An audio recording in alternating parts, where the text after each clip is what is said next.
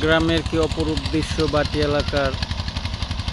এখানে ধান শুকানো হচ্ছে, এখানে ধানের বাঙ্গানোর মেশিন নিয়ে আসছে, এখানে আবার ধান জাল দিতেছে, এখানে সব হচ্ছে।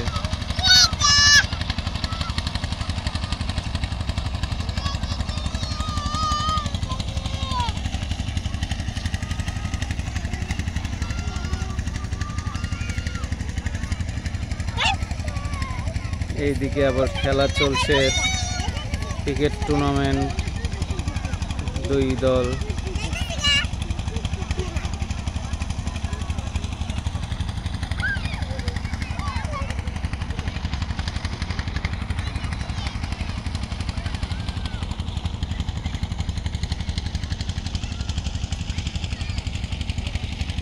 খাল দিয়ে গেছে, এখানে নদীপথ, ওইদিকে এইখানে ছোট খাল।